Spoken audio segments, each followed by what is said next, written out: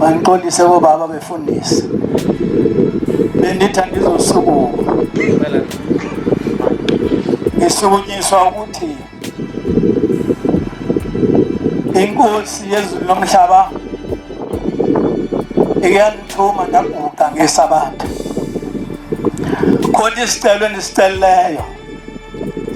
Ngifuna ukusho ukuthi impendulo isibuyile. Kuqala lokho nje kuphela. Ndakhuliswa ugogo ozala utata omkhulu wami. Umthandazo wayethandaza wamasuka kwathatha niyongena eThekwini.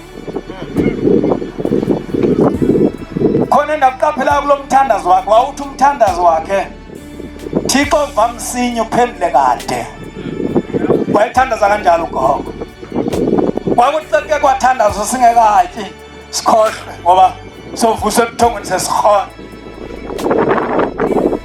Lapha ngikuqile bantwele iyaxolisa ngoba ndiziyo endabeni kababa mkhulu sikhona zona kodwa ngicela ungayi nguke ngesabatha ndathi inkosi kade ngingcwaba umzali wami utata ongizalayo ngoAugust mhla ka-13 August ngiyacela nkosi ukumbona